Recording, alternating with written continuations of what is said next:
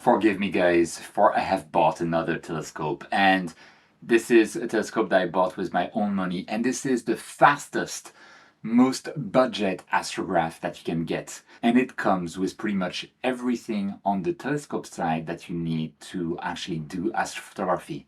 So this is the Skywatcher Quattro 150p. I bought it with my own money, and it was on sale at one of the Japanese shops for 60,000 yen, which is 450 US dollars. It's a Newtonian telescope, meaning that it has a mirror at the back to gather the light that focuses the light on a secondary mirror here, which then puts the light on the focuser draw tube here and on the camera sensor in the end. Now, Newtonian telescope, they need to have coma correction to work properly with astrophotography cameras, especially large sensor, which is what I'm going to be using on this. And so what's very impressive is that this telescope, for this price of $450, came with a coma corrector / focal reducer. And by using that, I'll be able, in theory, to take good images, and at the same time, I'll have a very, very fast telescope. The focal ratio natively is f4 for 600 millimeters focal length. With this, it becomes f3.45. So you get a super fast telescope for super cheap. By the way, I'll have all of the links in the description if you're interested. Obviously, this doesn't happen without cutting corners. So let's look at what corners are being cut. In terms of the equipment that comes with the telescope, nothing seems to be cut. We have, of course, the focal reducer / coma corrector. We also have a 2-inch visual back if you want to use the telescope visually with 2-inch eyepieces and diagonals. We also have a 1.25-inch visual back. Same story, but with 1.25-inch diagonals and eyepieces. So you can use this visually without any issues. It also came with a 22 millimeters, 70 degrees perceived field of view, which is pretty interesting. It's good. It really comes with all you need, including a finder scope, which I didn't even bother to open because I'm never going to use, and a finder scope holder, and also some tools. So it's kind of like the whole package, which is quite impressive. Now, in terms of how this telescope works, this is a Newtonian, so it requires collimation, which is aligning the secondary mirror, the primary mirror, and the focuser tube together. Now, the good news is it seems fairly easy to do so. The secondary mirror holder here, as expected, has 3 hex screws that we can change. There are also knobs on the side of the telescope that seem to connect directly to the spider that holds the secondary mirror, so we can likely push-pull the secondary to center it to the focuser tube, which is a good thing. And at the back, we have push-pull screw systems on the back of the primary mirror to help with the primary mirror collimation. Now, because this is such a cheap telescope and the spider vanes here are so thin, it's very likely that I will have, just moving it around like this makes me need to collimate the telescope again. So it's not going to hold collimation very well. The telescope rings as well are close to being garbage, but they work, right? It's just like this is. The 2 knobs, they are super stiff. It's super hard to actually put them off and on. All the usual story, but it's there and they hold the telescope, so I can't really complain about that. Now, where we run into real mechanical trouble is the focuser. The focuser is garbage. We'll see if I can make it work properly, but after testing a focuser on a refracting telescope, the ASCAR V or ASCAR 5 telescope, which was pure luxury, pure pleasure, this is quite a shock. The focuser is basically the draw tube here, which is plastic, and then you have the knobs available, both single speed on this side and dual speed on that side. The way that this works, it's pure friction. So you have a rod without any indentation or anything that is being moved by the knobs of the focuser. It rubs against this plastic tube here, and you can pull it in and out. You do have some screws that are available to adjust the contact between that smooth rod and the focuser itself, so that the focuser doesn't slip too much when you push on it like this, right? So it's a very difficult compromise between the tension that it has so that it's not pushed in or out by the weight of the camera. But at the same time, it needs to be smooth enough for like an electronic focuser to work with it. If you are interested, by the way, in a video about how I adjust kind of the contact between the focuser rod and the draw tube, I can do that as well. If you're interested in a video about how I do collimation on this Newtonian, I can do that as well. Let me know down in the comments. While you're on your way, you can like the video, you can subscribe to the channel. If you're feeling generous, you can join the channel. And if you want to have access to my videos early and without ads, you can also join my Patreon, links in the description. For now, what I'm going to do is I am going to install a ZW EAF on the focuser of the telescope and see whether we can make it work.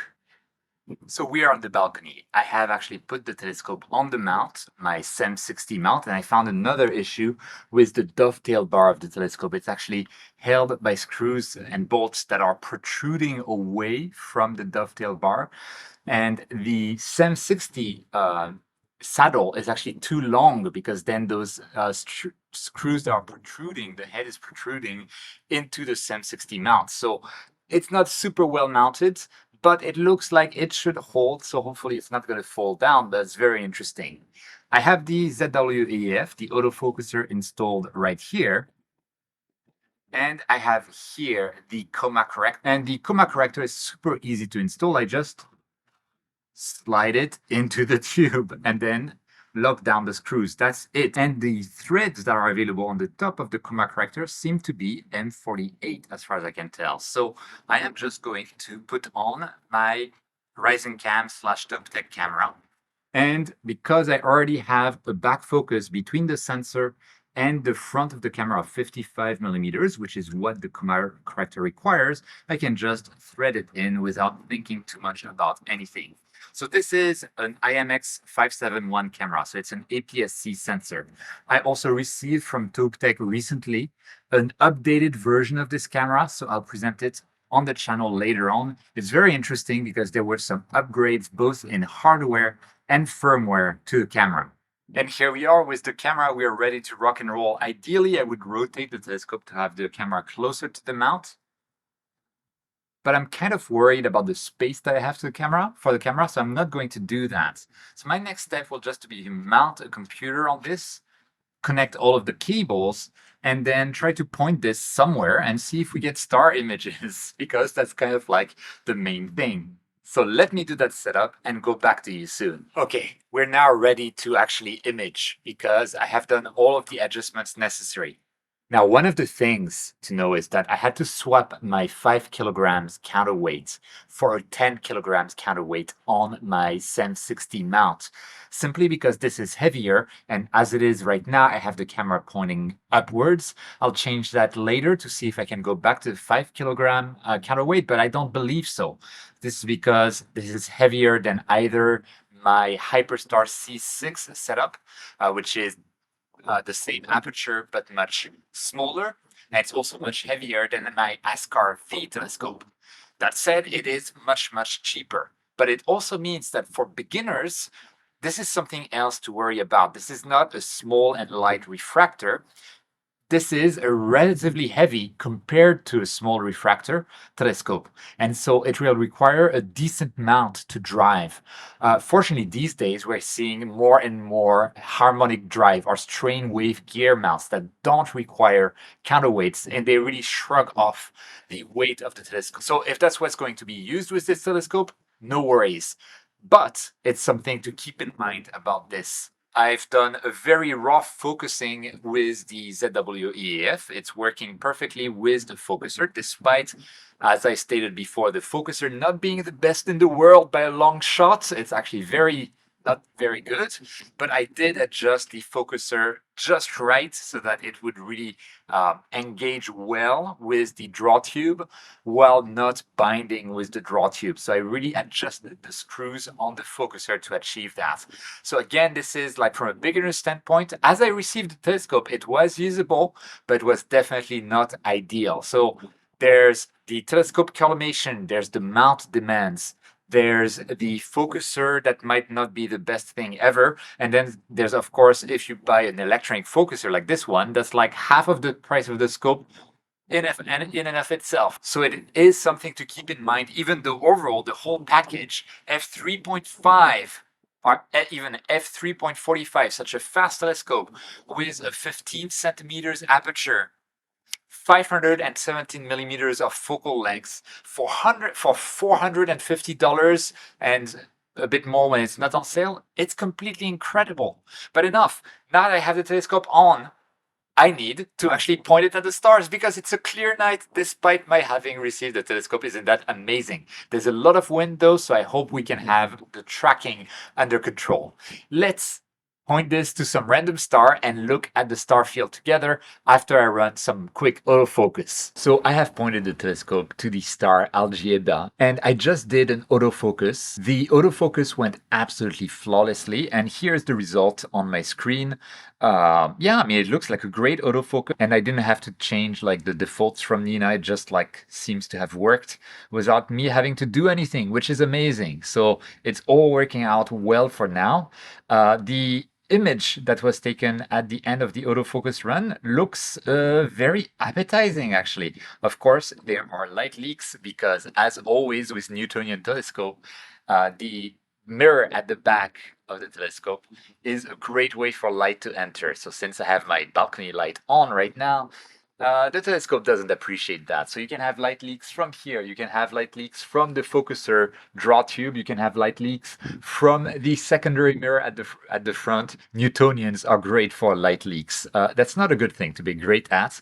But this is, $450, so I don't think I can complain. Anyway, let me turn off the light, take a 30-second exposure there, and see what we get. Guys, I can't believe what I'm seeing. Look at this image. So we have Algieba in the middle, which is nice. The star looks fine. And I had, before this, I just did a very quick collimation of the telescope using the Barlow laser technique. And the tracking was not perfect, but let's look into the corners. This is an APS-C size sensor. The corner stars are not perfect, but they're fine. They're perfectly fine. And let's go to the bottom right. They're fine. And bottom left, they're perfectly fine as well. And top left. Okay, top left is a bit less good. This is amazing. What? This is $450. It's going to be much more demanding than something like the ASCAR V that I featured on the channel. And I think the ASCAR V, it doesn't have the Newtonian spikes. It doesn't need collimation. It has all of these different focal lengths and focal ratio. It's very versatile and it gives good quality images out of the box. I had to do quite a few things. Adjust the focuser, adjust the collimation. I'll need to readjust the collimation from time to time because this telescope will probably not hold it very well, etc., etc. So this is more demanding and it's heavier and it's less portable and it's less beginner friendly, but it's $450. At least it was on sale for me. I'm like, and it came with the focal reducer / comma corrector that seems to be working really well. What is happening? Okay, with that, I'm getting a bit too excited, maybe getting ahead of myself. What I'm going to do is I am going to take some flat frames very quickly and then point this telescope at M101, which I took recently with the ASCAR V at 600 millimeters, and see what happens, see what we can get. It's going to be fun. Let's try it. So the night is over. So we had our unboxing, setting up of the telescope, and first light all within the span of a few hours, which I find absolutely amazing. Obviously, in terms of mechanics of the telescope, in terms of the build quality, etc., I wasn't exceedingly impressed, especially coming from a very well-built refractor like the ASCAR V that I reviewed on the channel recently. But, it seems to have worked fine in the end. So let's look at the results. This is a single 120-second frames on M101. And the stars in the center are fine. The stars on the sides are okay. The stars in the corner, they start to get elongated, which actually suggests that my back focus might be a bit too long. So I have some hope that I can help fix this by making the camera sensor a bit closer to the coma corrector / focal reducer. The bottom right is much better, and the bottom left as well is much better. So there could be some tilt in there as well. And the top left also has like kind of the similar symptoms as the top right. So could be some tilt in the system, which is very possible because of how the focuser itself is built. Still, overall, it looks quite decent for the full set being $450. I cannot say it enough. I find this quite impressive. It's definitely not as trouble-free as a simple refractor like the Ascar I reviewed. Now let's take a look at the integrated frames where I stacked all of my images from last night. Unfortunately, I had to drop pretty much all of the images after midnight because I could see clouds just streaming through each and every one of those images. So it doesn't make sense to stack them with the rest.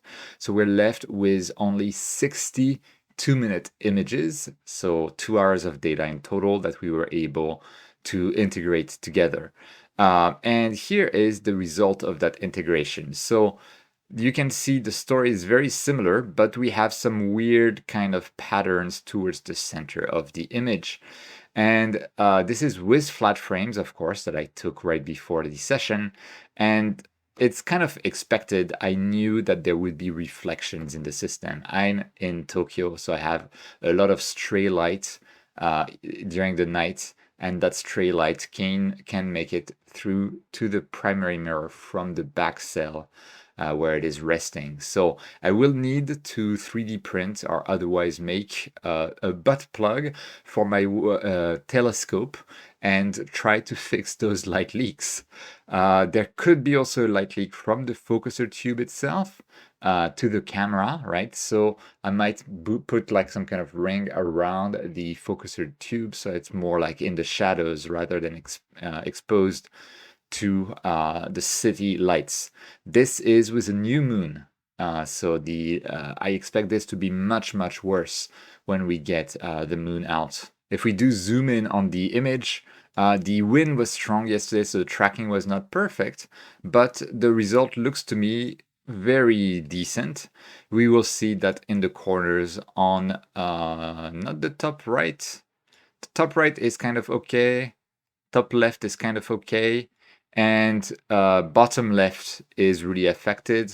Bottom right is really affected. This is because I did a 180 degrees rotation on this image. So it follows the results that we saw in the single frame.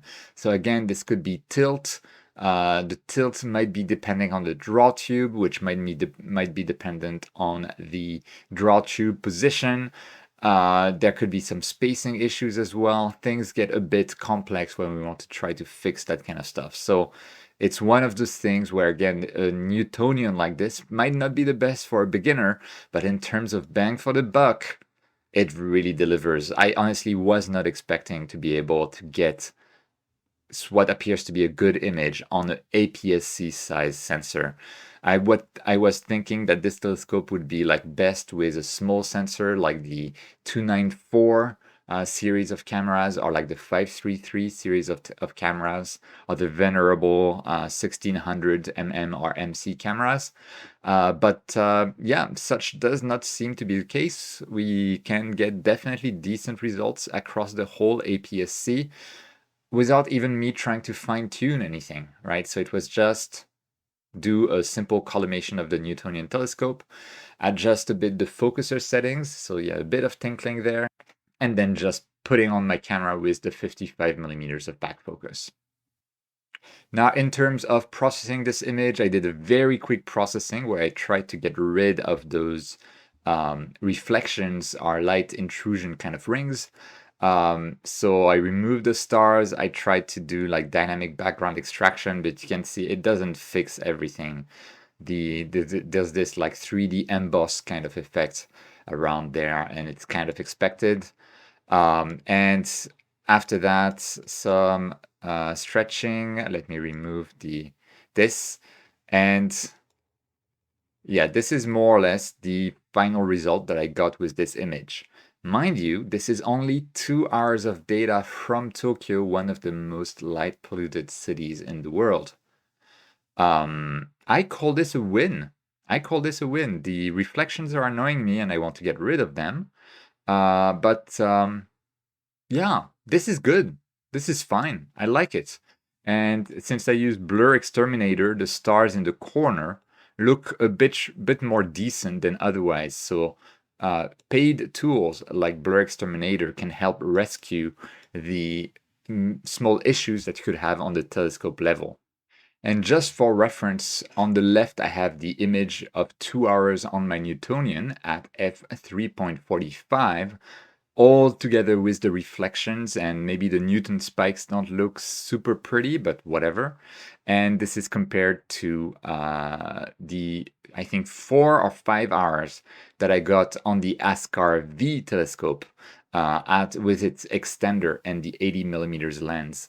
So we get similar focal lengths, a bit less on the Newtonian than on the ASCAR, but I think the results overall are very similar. It's just like the ASCAR was completely hassle-free. Whereas this one, you can see that I have the reflections. Of course, since we have Newtonian spikes here, it means that if I want to combine multiple sessions on the same object, I need to keep the same rotation. Otherwise, I will have issues because the spikes will kind of you'll have one spike at that angle and another spike at that angle, and so they kind of like will blur out the spikes or have like 8 directions instead of 4. It's not going to look pretty. So that's one of the other things with a Newtonian. And this is overall my first impressions of this Skywatcher Quattro 150p, which I bought for my own use. Again, I bought it for $450 US. I used it with a UV IR cut filter, also known as a luminance filter from SV Boni, just like I had on the ASCAR telescope. I had to do a lot of fiddling, but not that much before I made it usable. But overall, it seems to have worked pretty well. Let me know what you think in the comments about this this telescope. Does that feel like something you'd want to try and buy? Of course, I'll have all of the links down in the description, because this can be a very interesting, super budget kind of telescope. Requires a good mount. It requires a lot of learning curve if you're not used to Newtonian telescopes. It will have some issues. You'll need to recollimate from time to time. So it's not like let's say it's not a turnkey solution. But yeah, it does work pretty well. Anyway, let me know your thoughts down in the comments. Leave a like, subscribe to the channel, in which case welcome. And if you're feeling generous, you can join the channel or join my Patreon. Some of my Patreons also have access to my videos early and without ads, but that's really not important. The most important is don't forget whenever you can to look up at the stars, and I'll see you next time.